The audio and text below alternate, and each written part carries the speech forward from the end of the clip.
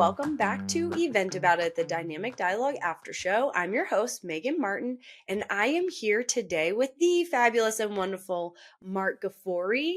And Marc, tell the people who you are, and then we'll get right into it. Well, I am a human being that is based out of St. Louis, Missouri. No, so I'm a CEO and founder of AlphaTooth. Been in the industry for 15 plus years, and I don't know, here to have some fun. Let's change the world, maybe. I don't know. I think we're both trying to at least change the events industry. We Yeah. could start there. Yes. Baby steps into it. Yes. It's our corner of the world. Yeah, I like that. Our corner of the world. Well, that kind of brings me into we were talking about innovation, changing things up, taking over our corner of the world, which is events, which honestly impacts the whole world because we're bringing so many people together. You started AlphaTooth end of last year, beginning of this year. Talk a little bit about like something you've learned in starting AlphaTooth that maybe a book or a mentor hadn't told you, like the inspiration to starting and maybe some of the challenges that you've run into, like venturing out on your own. Still under a year marker, but what I found in myself is that I'm kind of like a dog chasing after cars sometimes. Like I pursue, and I kind of purposely built the business this way, and you'll maybe understand why once I get into this here. Like I very much love getting into projects and like start rolling with it and just like setting it off into the universe and going off onto another thing. And maybe there's a clinical name for this. I'm sure that there is, but nobody's ever told I me. think it's called But like crazy, but I get it. yes, yes, yes. But no, I find enjoyment of the building and in that aspect of it, but I can't really like focus for the long-term maintenance of something. So like what I found that if like in my soul searching for the early days of the business, I was trying to figure out like, okay, what is my product? How can I develop that and to something that I would enjoy? And that's kind of like how I got to it. Like I had some time and a runway to be able to think about it like in a very deep and meaningful way. Talk to many people like you to in the early days to figure out like, well, what the hell does it look like because in the land of consultancy and the land of an agency, you can do so many different things, and the umbrella term of agency and producer is that you kind of just do it all, you figure it out. So trying to refine that was like super interesting. And um I I had this naivety, this naive thinking that okay, I built it, I went through that exercise, and it would be good. But then I realized like I actually need to reevaluate like every 90 days, just like kind of when I put the timestamp on, because again, I'm a dog chasing after cars, and like I found myself wandering off and I'm two neighborhoods over and like far away from home, and I need to recenter myself. So like that's been something of a discovery for myself is kind of like the ambiguous nature of it. Um, I, I think about it like I'm trying to hold an octopus that's trying to like escape from my hands in a constant like Yeah. state of things, Well, and I and I have think to you try to. evolve, right? Like we've talked about this quite a Oh bit yeah, because kind of started the podcast conversation and thinking about what this would be. And it's definitely from where I started in the first idea I brought to the producer that I work with, Rachel, to what we actually do now is completely different. And definitely felt dog chasing a bone a little bit at times, like just the evolution. And I read a great book. Gary Shapiro is the CEO of CTA, the Consumer Electronics Show, is their big show, what they're known for. He wrote a book called Pivot, and I think it's actually called Pivot or Die. And it talks about some of the biggest brands in the world of how they evolved, right? They were kind of had this dream, and a dog with a bone ended up in a completely different space or area than where they initially started. Which I think you and I have kind of both found ourselves in this year. And I recently had the same thought of I need to be reevaluating this more than once a year or be steadfast in like, this is what I'm doing. Like when it comes to consultancy, some products, I think you can be a little more bullish of like, I'm not budging, like I have a vision, I'm going to do it. But I think in this land of I'm jealous consultancy of and this. noise, right, you kind of have to Well, evolve. I don't I don't well I said I'm jealous, but I'm not really because like I feel like I would be so damn bored in that instance of like because the fun nature of like what we do is our product is dynamic. So is maybe our ideal customer profile, our ICP. Like that might shift as we continue to evolve one, and one maybe refines the other, changes the other. And it's like, and that evolves through the iterative process of changing the product and what you build. The market that it meets will look different on a constant basis. So both need to morph to be able to key in with each other in the most meaningful way. And that discovery is where I find a lot of fun. Like, and that's where I'm like, I have a lot of fun with my own business on that side of it. And like, I'm curious on your side. I know this is supposed to be coming over me, but I'm going to throw a question to you. Okay. Uh, how has your ICP changed for like, or has it changed? And like who you're talking to through this medium that you've built? I don't know that my ICP has changed, but the pain points and the offerings and the things that I'm realizing that I'm really good at, that I want to do more of, align with my ICP. So I kind of started in like, this is what I want to offer, this is what I want to do. But to your point, they're not really buying that. And while I'm good at it, I really want to do more things that I'm passionate about. And then I'm finding the things I'm passionate about that I love to do is actually what my ICP needs more than what I initially was wanting to offer. So now I'm leaning more into this like subcategory that I thought was a subcategory that's now sort of the primary driver, if that makes sense. It does. Yeah.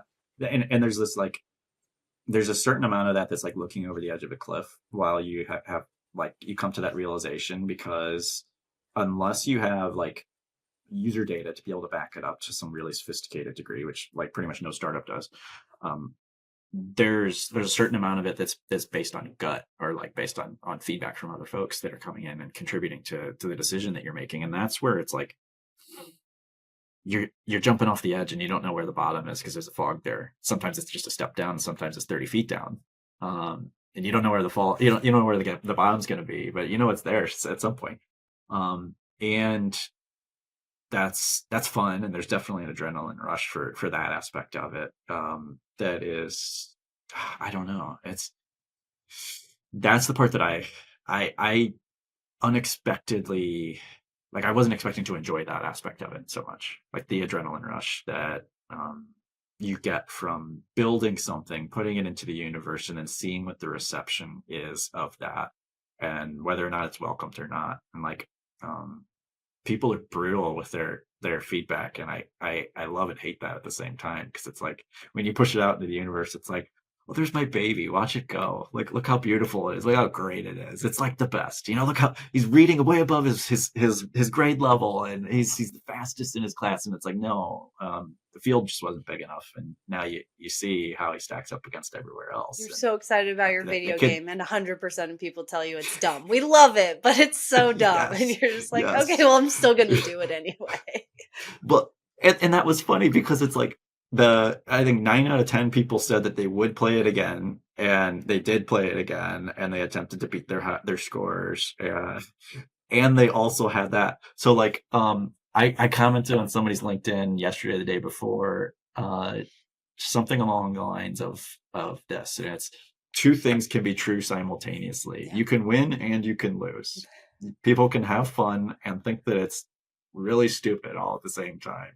And like that thought process as applied to a business is weirdly interesting. Like Yeah, it that's is. a place that I want to explore, like for all time. Like I think if I could do that like forever, um I would never retire, and I would always be here doing that. I It's love like it. somebody pay me to do that. There you Like go. somebody, come on, Well, come on. that kind of leads into something I've been thinking about lately that we've kind of talked about, is realizing at what point your company and your brand kind of become the same thing, right? So whether that's like a physical brand that people resonate like with your logo or whatever, I think for me, when I think about this context of this question of how I present myself and the way I want my company, like I was working with coming up with the branding for the podcast and some of my own work that I'm doing. She was like, well, how do you want people to feel when they're done working with you, with the company?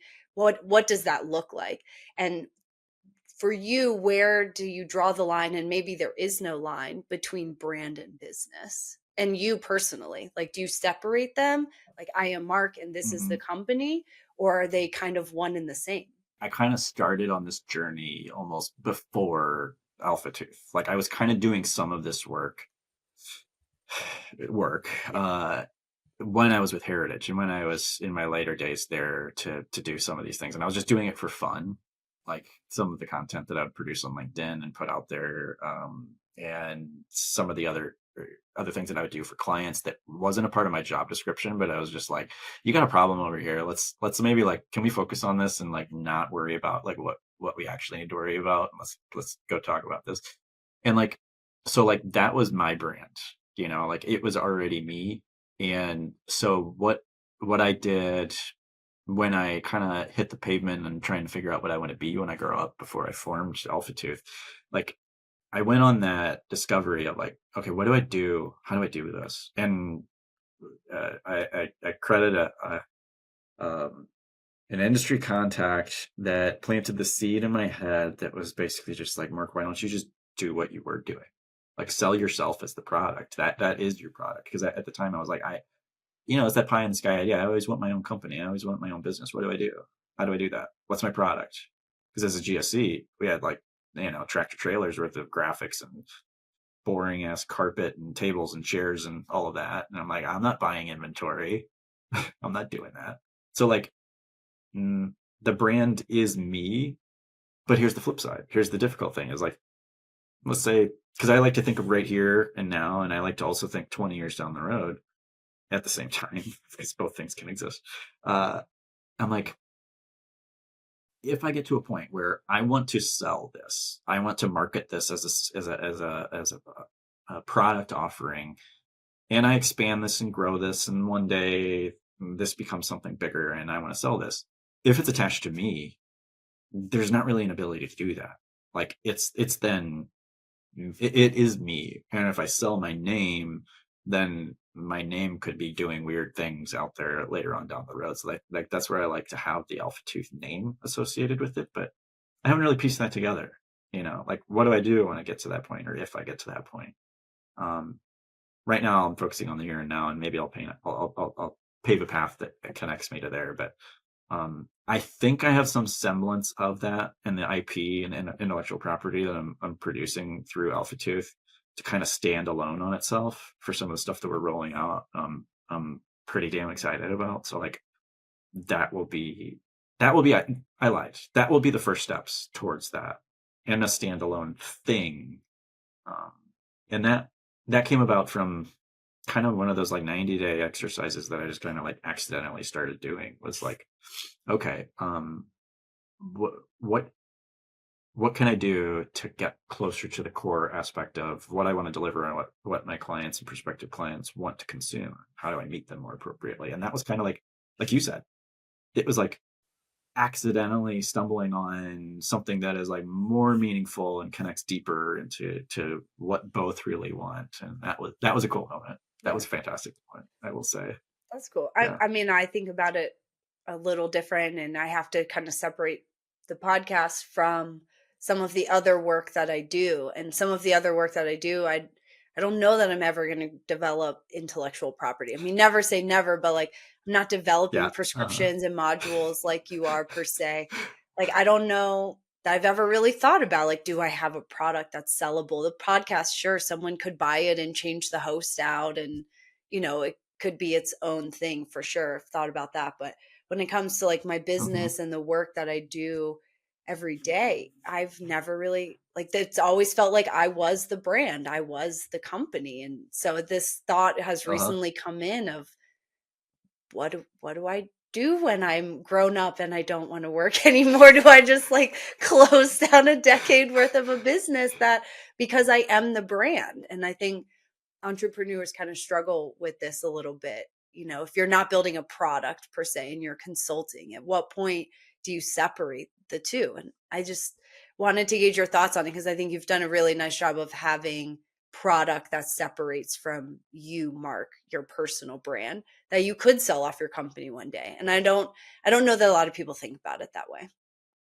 I will say, like on your side, to shovel some praises over to you on your side, like what you do for the podcast and your involvement with organizations, I think is fascinating, and how you're interacting with those other organizations and kind of doing that juggling act on that side to be able to be like a true partner for all aspects of it.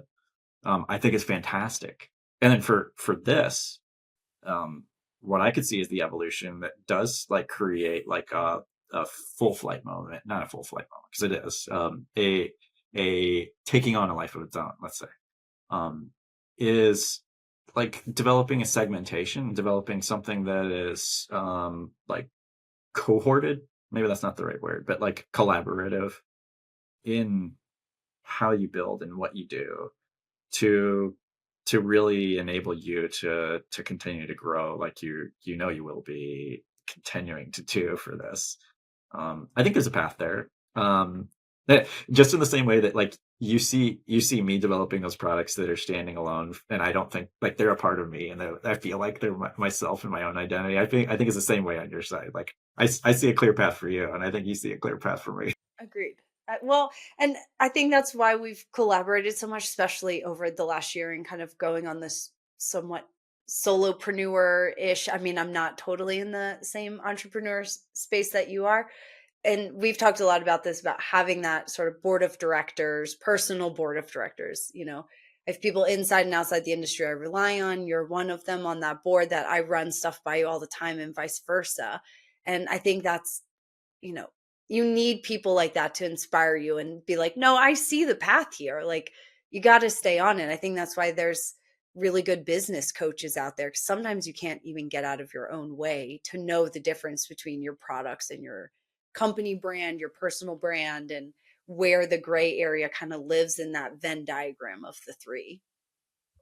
Yes. And I think you're onto something of like taking yourself out of that, like being able to like with whether it's structured or not, pull yourself out of your daily, pull yourself out of the aspects of what you're doing and constant nature of your business to look at it with quasi fresh eyes, even if you can't pull together a council and you can't afford a business consultant or whatever which you can always do it because they always pay for themselves in the end. Find some way to do that. If I have advice for anybody else that's listening to this that is trying to glean some aspect of anything from me, it's that you can find a way to do that. Like for I've set a 90-day calendar item for myself to completely block out 2 days straight to do that. And then my next one, since I'm only like 3 hours away from the Lake of the Ozarks, I've planned to go down there and to just hold myself up in the cabin on the lake and to just focus on weird different aspects of the business. And then I had this little like idea in my head of like, do I turn this into an event and invite other entrepreneurs and other people that are there? And I'm like, I don't know yet. I don't know if I want to do that. But I'm like, there's that event planner, aspect of me. And I'm like, it's in my bones. I can't get it out. I mean, I think that's how, like, we're both part of Club Ichi, so shout out to Club Yeah. Ichi here. But that's sort of what Yes. the Barefoot Business and Secret Family Reunion. I Oh mean, yeah. that's sort of where all of that came from. Is like disconnect, turn your brain off. It's part Yes. networking, part personal development. I mean, that's why. Look, I'm not going to speak for Liz. I don't know why she started them, but where I'm sitting, like, that's kind of how those evolved from this. You thinking about bringing people to Lake of the Ozarks and having a Yeah. business retreat, if you will. I want to shed so much praise on them for what they're doing there. So me going to IMAX for the first time this year, it was like my base and my core area where I knew like if nothing else was happening, I'll default to this. And by default, it's like underselling what they actually brought to the table. Because like every night I went there for the first night and I was like, okay, this is great. Like 50 And intimate when you say go there, conversations with for those people. that And don't know, at IMAX, Club yes. Ichi had like a club house. So they like rented this house off the strip that was open to all members. I was part of the hosted buyer group.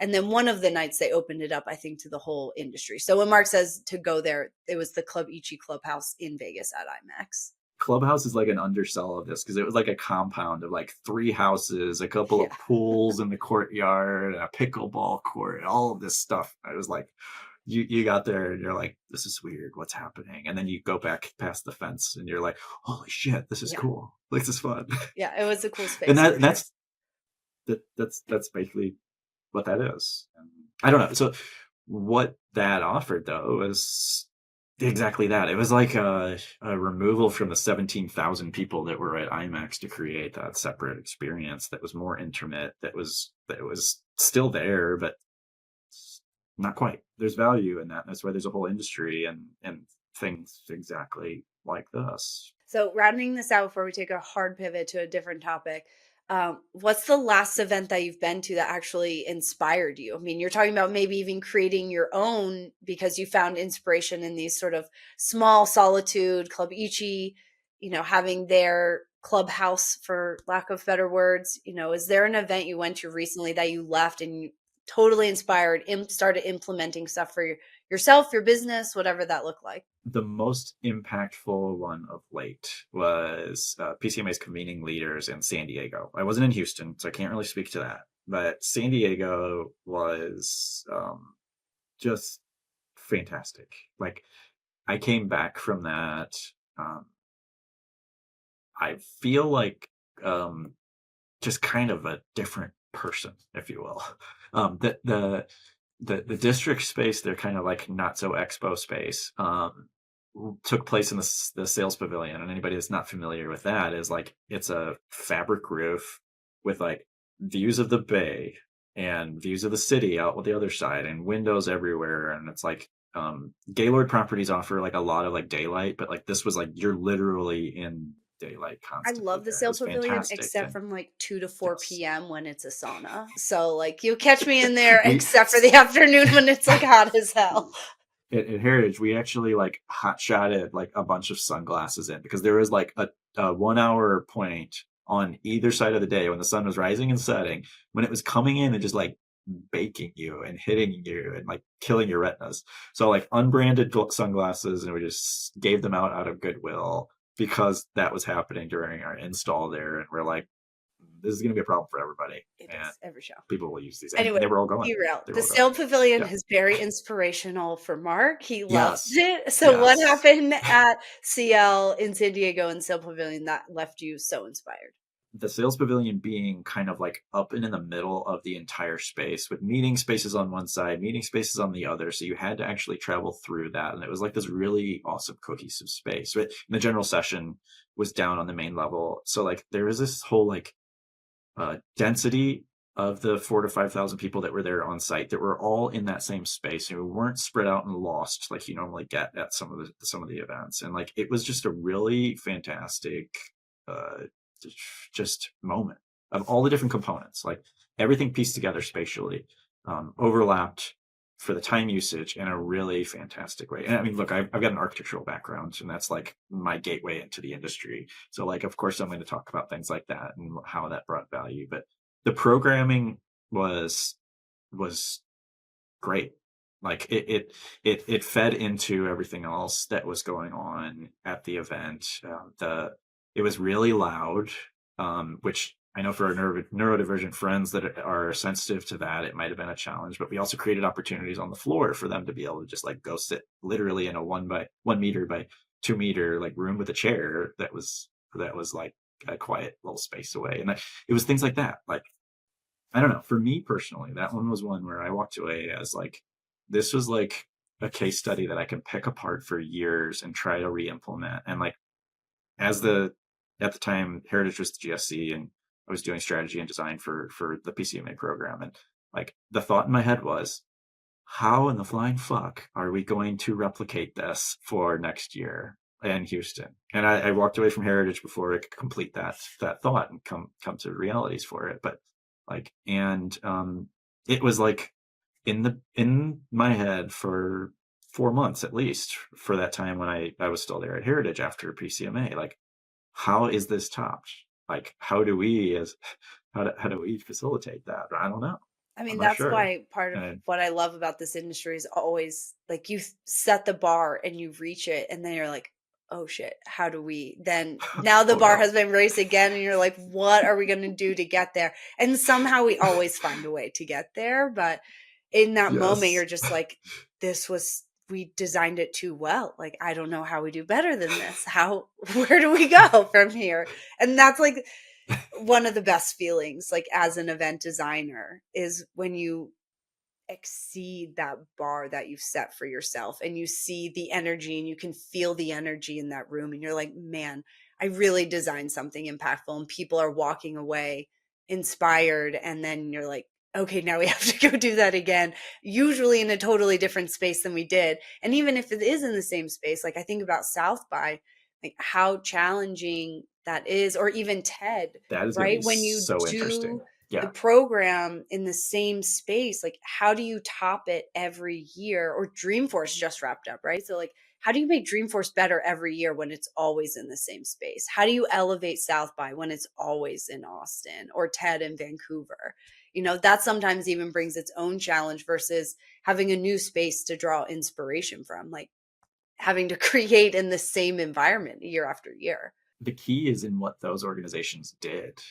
And the reason that they are those anchor events that you list off like that is that they've focused on the experience that event, and how that creates a very, like, it's a hallmark of them. Like, you talk about a TED Talk and pretty much everybody knows what you're talking about. Anybody that's been to South by Southwest knows what the Southwest aspect is.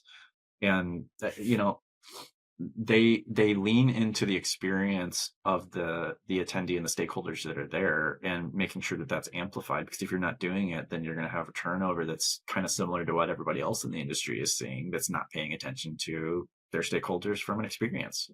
They see a crazy high turnover, and people struggle to get back out to TED and to South by Southwest in those, because it just gets so expensive because so many people are trying to go there.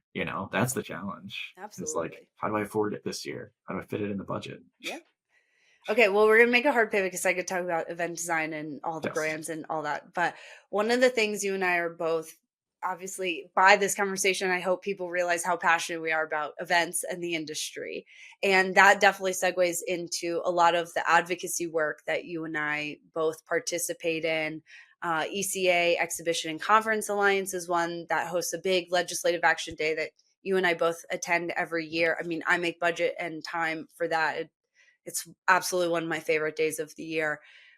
Talk a little bit about what you love about advocacy and like where you hope to see more work being done in that space for us. Just in the same way of like sales and marketing budget, I feel like that is something that has to be and needs to be budgeted appropriately, because there's costs that are associated with it from time and money. Like, I spend money to go out to DC to take place in that on an annual basis, because there's a value to cost ratio that's a-okay to me. And the where I see value in that, and where the reason that I say that is because let's take it back to 2020. Like, everybody forgot about us as an industry. Like, we were the secret industry that operated behind the curtain, and that's how we built it. But because of that, everybody forgot about us and left us kind of in the cold for such a long period of time, until the industry came together and formed BCA. And what Tommy Goodwin has done over there to advocate for us over the years is fantastic. And it's not like, I'll say this. I've learned so much about the U.S. government and how we operate on a more intimate basis just after being there, boots on the ground, for the first. It's eye-opening the first time you go. Like for people, like to actually go and be on the Hill and go in these meetings and walking from building to building. I mean, that alone is worth doing it one year just to see the way your own government works. The number of times I've been lost in one of those buildings, which is really dumb to say because it's just a loop. It goes around, but like every floor looks the same, and every Yes, floor looks the same. And there's only exits on one side of each one. correct. But like, and the staffers are so damn young. I'm like, how are you the one that is associated with this? But you ask them any question about the subject matter that you're there to talk on, and they have the answers like that. And as soon as you say something that piques their interest, then they start scribbling something down furiously to take back to their representative. It's like, oh, this is how it works. Yeah, the government's run by a bunch of 20-year-olds, in case anyone's curious. It's still a little Mad Men-esque in the government space. Yes.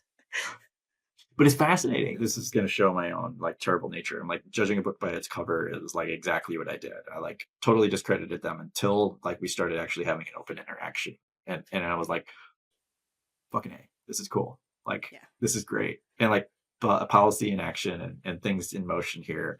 I love that aspect of it, and like the thing I would say is it let me see how slow politics actually is, and that's good as long as you have things in motion. And that's exactly what ECA does. Is like they just make sure that the ball keeps moving, and it's never going to move like a million miles an hour. It's going to be a multi-year process, just like the labor initiatives that went through, and just like the tax issues that went through. Those were major wins from the 529 plan expansion to allow for the industry to actually start training people off of the funds that are saved. And it's like, I can't remember how many billions of dollars that is on an annual basis, but like Teamsters, stagehands, and all of these guys can benefit by folks that were looking at like, well, I have to go to college because everybody went to college, and it's like you don't have to. You can get trained for this and make six figures like Yeah, welders, after riggers. you've I gone through it. mean, I was just reading that the Yeah. next set of millionaires are going to be electricians and plumbers, and they're not Oh wrong. yeah.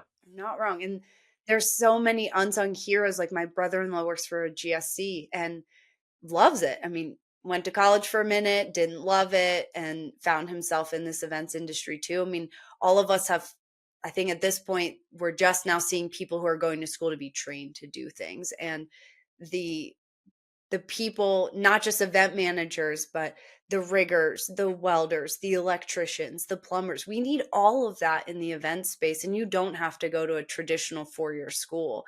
And, we're seeing a ton of trade schools now offering things that benefit the events industry that you wouldn't necessarily think about from a traditional, like 4-year university path. If for anybody that's doubting what Megan has just said there, like I was literally having a conversation with someone, GSC, that had an $800,000 rigging bill that was billed over for comprehensively for the show. And like if you break that down on the number of crews and the amount of work that has to go into that, that's only one show. Happened on one day in one city in one place. And I'm like, they're not all that big. But like you multiply that out across everything else, and that's a skilled trade that you have to be certified on. And like there's a lot of complexity that goes into it that is why that costs so much. If you ever question why your rigging is $1,200 per hour or $900 per hour, that's why. It's because there's a lot of safety, a lot of knowledge that goes into it. Well, because of the 529 that we were advocating on Advocacy Day this year, that was one of the initiatives, was being able to open that up to certifications, because prior, for context, that was only allowed to be used for traditional universities, sort of that 4-year, 2-year get a degree, not certificate programs. So now that those funds, and I know many of my friends who have kids that are graduating from high school now are not going to traditional university. They're taking the gap year, they're maybe going to a trade school.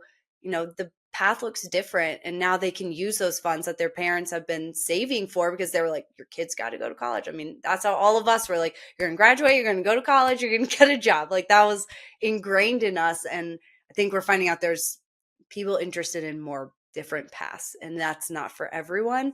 And now they can at least access the funds, which benefits our industry, that riggers maybe will be more affordable to meeting planners, because it's not such a niche certificate that only a handful of people have. Like when there's competition, price can come down. So maybe riggers will only charge us, $1,000 an hour instead of 12, because there's more people who can do that job. Probably a horrible analogy, I but think there we are. I think maybe we'll see that come down. But the problem is, everything else increases as we continue to go along. Of So I course. think what will happen is we'll be able to do more because there's now a skilled labor pool that is based off of that. And like I love a good union town that has the best balance of cost to skill set ratio. There's some markets that are high costs with uh, a lower to skill to dollar ratio than there are in some other markets where it's outweighed. And there's some markets where you don't have skilled labor in there at all, and it sucks. Like you have to bring in 20 or 30 people to then cover the folks that are there in town who have never put in a trade show or an event, and they're used to just like they're used to putting in a concert. It's like we don't do that. I mean, another thing meeting planners never think about is the actual labor that takes to go into producing their shows. They're like, oh, I've got my general service contractor, I've got my AV team, they're handling it. And the bottom line of your event very much impacts a lot of what your contractors are seeing and doing from a labor perspective. So advocacy is important. And that was going to be sort of my next question to you is like, where would you like to see advocacy in our industry grow? I mean, I have my thoughts on where I would like it. I'm curious. ECA, Legislative Action Day 2026, what do you hope to see there? Not from a policy Um, perspective, but a industry okay, that's participation. What can we do as people that work in events every day do better to support groups like Live Events Coalition, the ECA? What do you hope to see our industry do more of next year at so I would say this, like just showing up, like physically showing up and advocating for folks, because when you go into the room and you tell them that you're a constituent of theirs, they then start paying attention to you instead of kind of quasi ignoring you. Like for a representative from, I was there as a representative from Missouri, and I was the only one. I was the only one, and the year before that there was no Missouri representative, and I joined the California delegation because Heritage had just opened up a branch there, and like basically, like I was with a good group of people. Like there was a bunch of us. They kind of didn't pay attention to me because I wasn't a true constituent. They did kind of when they realized that we had a business operating there, but beyond that, it was kind of like weird. So like I would say showing up and showing up consistently to have that message. Like the one thing I would love for Tommy and his team to do is to organize more than just one event that's there, to be able to have people come and advocate for that more than that, to be able to keep making sure that that stays in front of them. But honestly, just showing up and attending, like it makes, if you're thinking in your head, like, well, there's enough people that are going, they've got that coverage. Like it's not really, like there's strength in numbers and there's power that comes along with that to be able to convey a message. And yeah, we don't want to show up into one of the staffers offices with like 100 people and like bombard them, especially when we're normally having conversations in a hallway because you can't fit 4 people into those crammed it Yep. like Offices office are spaces. small. They're very small. It's unbelievably small. I would say showing up and being active, like being active to what that is. Like, and I get it. It's hard to pay attention to it because a lot of the things are, they cater towards the executive level of any organization and what the impact is, because they're planning on an annual or a 5-year plan, and how things are going to be like actually affecting them long term. Right. And that's the challenge, is it's not like Mark of today is not going to be able to do much of anything with the information that comes across. It's Mark of next week or Mark of 2 months from now, when some of the policies get enacted and the results of them are things that we can actually do. So that's a challenge, like I would say. And seeing past that and just knowing that like you're a grain of sand on the beach. If you remove all the grains of sand from the beach, it would suck, you know. But each one has its own little component of making that beach a beach. Otherwise, it's just kind of a body of water. I would hope for that too. And I think just to echo that and add, yes, and finding ways for individual contributors to participate more. And that's something I take away every year as the sole Montana representative that always comes. And, you know, I don't work for a big brand that can write a big check to ECA and contribute.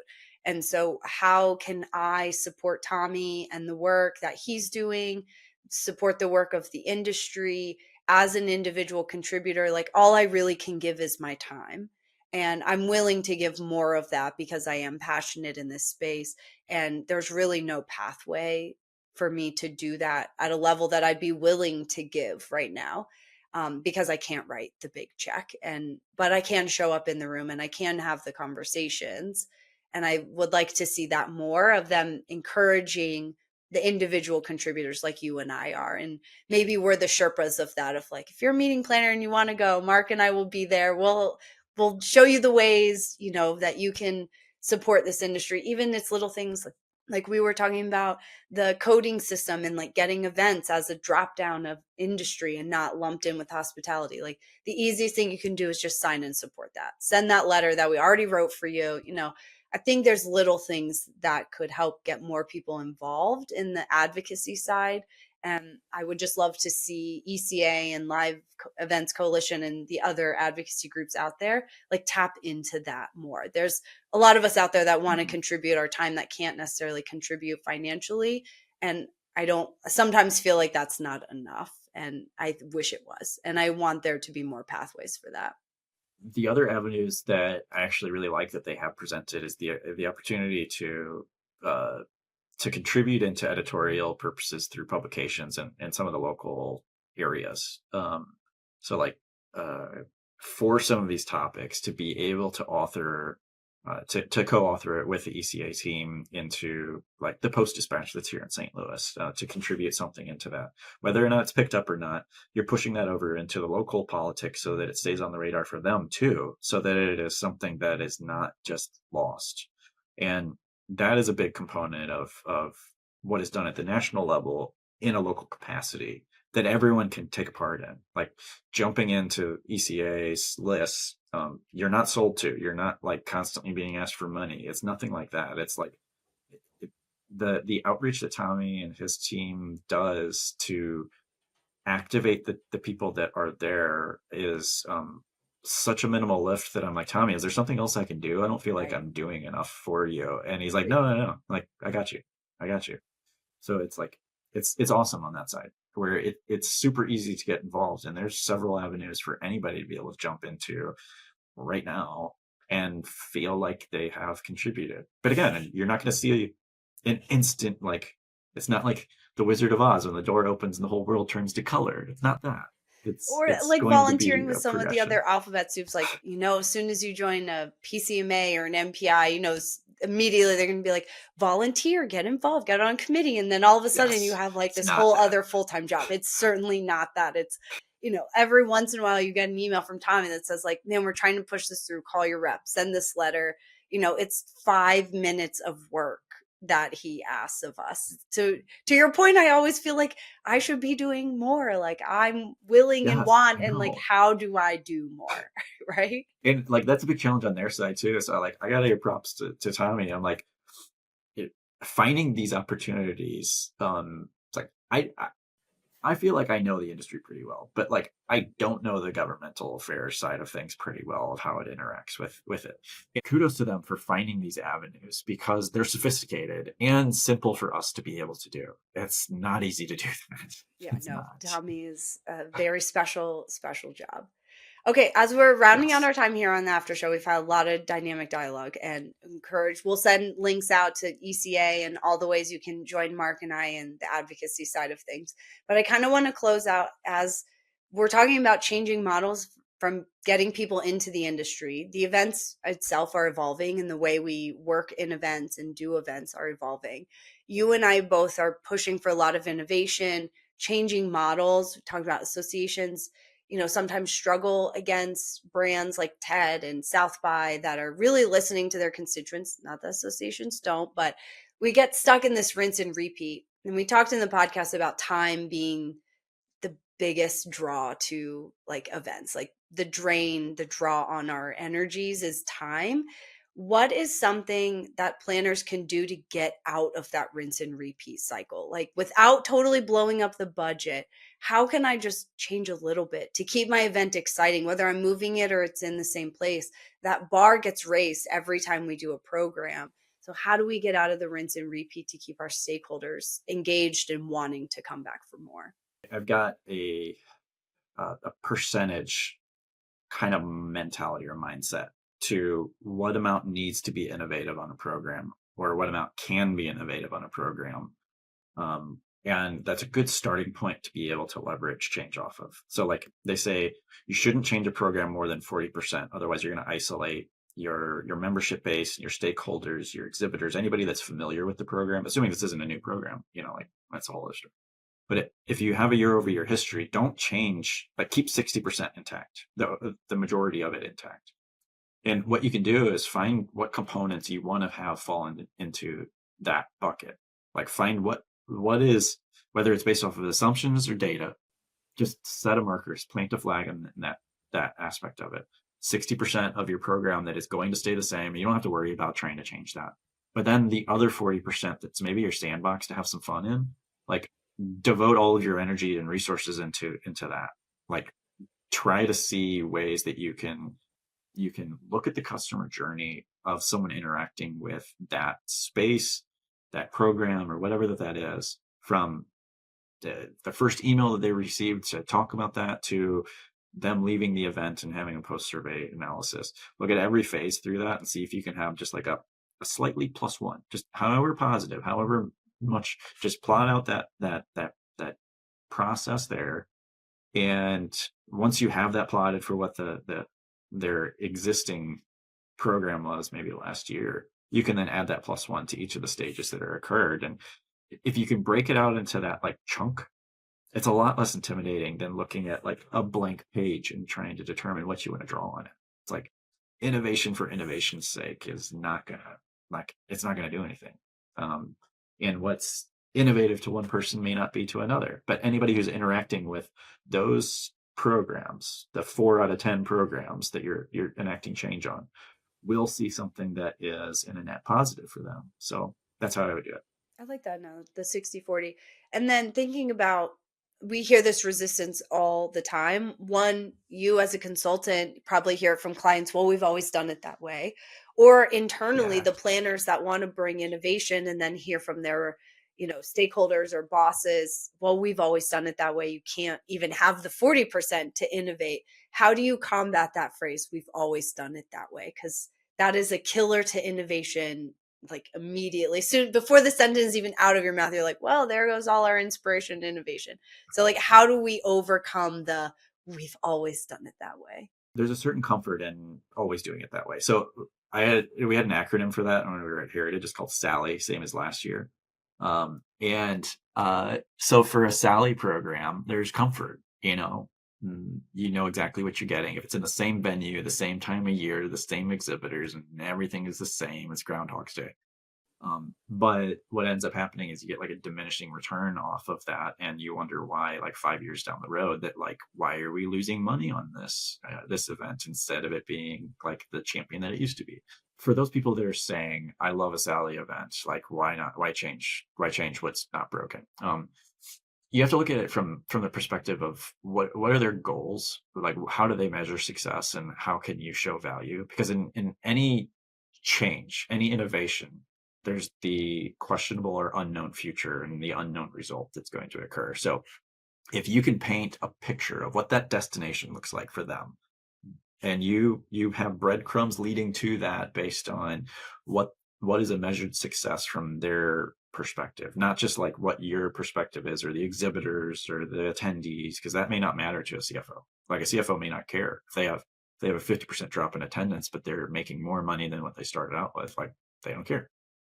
So like if you can measure the success of that final program based on the filter of that person who's saying that, then you know honestly how to sell to them, because that's what you're doing. You're selling that final concept and that innovative idea to them and everybody else that's involved. So finding what makes a win for them on that side will allow them to say yes, because if they're being measured on, again, the CFO looking for it to be in a net positive and a continued increase, then you paint a picture of either the same as last year event is going to maintain or lose trajectory versus this change, which will have a higher probability of an upward trajectory. How can they say no?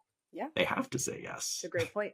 Love that framing. I think telling the story, we talk about that all the time. Yes. Context matters, telling the story, telling them what they gain. And I mean, value is like the buzzword, I think, of the year here. Okay, so thinking about Yes. that, and people are going through budgets, they're starting to plan for the year. Think 2026, two things. What's an innovation everyone is pushing for now that you think is going to age poorly? And something that you're really excited that you hope to see in the events world in 26. Something that has already started to show its ugly head is the overuse of AI in everything that we're doing. Like it is very much a tool. And for anybody that's not on the AI bandwagon yet, please jump on. We're having fun. You know, it's something where people are like learning what overuse is and what AI slop is, and just how it contributes in a negative way from overuse. And then on the flip side, what I'm looking forward to is that evolution, like how it's being used to inform and to process and to gain efficiency for the end result of the experience. Like if we're not losing focus and not losing sight on what we're marching towards, which is an amplification of experience, um, I don't know. That's what we're after. Like the unique aspect of what we do at its core in the business events industry is we have like a, I don't know, Kevin Bacon has 6 points of connection to everybody, but I swear we have two, like just two to every person on earth. Like, and like we have an ability to really impact globally what is going on through the efforts that we have, and we do that through the ability to create greater human connections and shared experiences with each other on these events. These, I don't know, 4,000 people, 200 people, 5 people, whatever it is, they will never be there at that one point in time again, and they will never be in the same mental state. They will never, the socioeconomic surroundings will never be the same. They all converge into one moment that's creating something that, if we've designed that moment correctly to the greatest ability of what we do, it can have profound effects for those people as they go off and live their lives in other areas. And like, that's where I was joking, I think, a little bit ago about like changing the world. And it's like, we have a strong ability to do that, more so than like a lot of other people. And I hope that people in the business events industry see the value that they bring on that side. And it's hard to see that sometimes, because you're on your 12th cup of coffee for the day and 12 hours of sleep for 5 days. And you don't see how you fit into the bigger picture. My wish, you didn't ask for this, but my wish for 2026 for every single person is to see that value, you know, to in those moments of when the pendulum swings down and you feel like a piece of shit, which we all do sometimes. You know that this is this is just now, and this too shall pass, and you'll be on the upswing again if you can think about how you fit into the greater landscape of how we find ourselves in the world.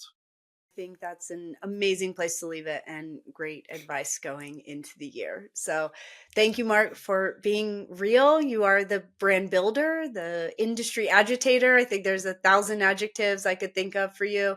And to our listeners today, if this lit a spark, I hope it does. It certainly did for me. And go make something bite out of all the inspiration you had from this episode. And until next time, keep it bold, keep it moving, and keep eventing about it. Thanks for being here, Mark.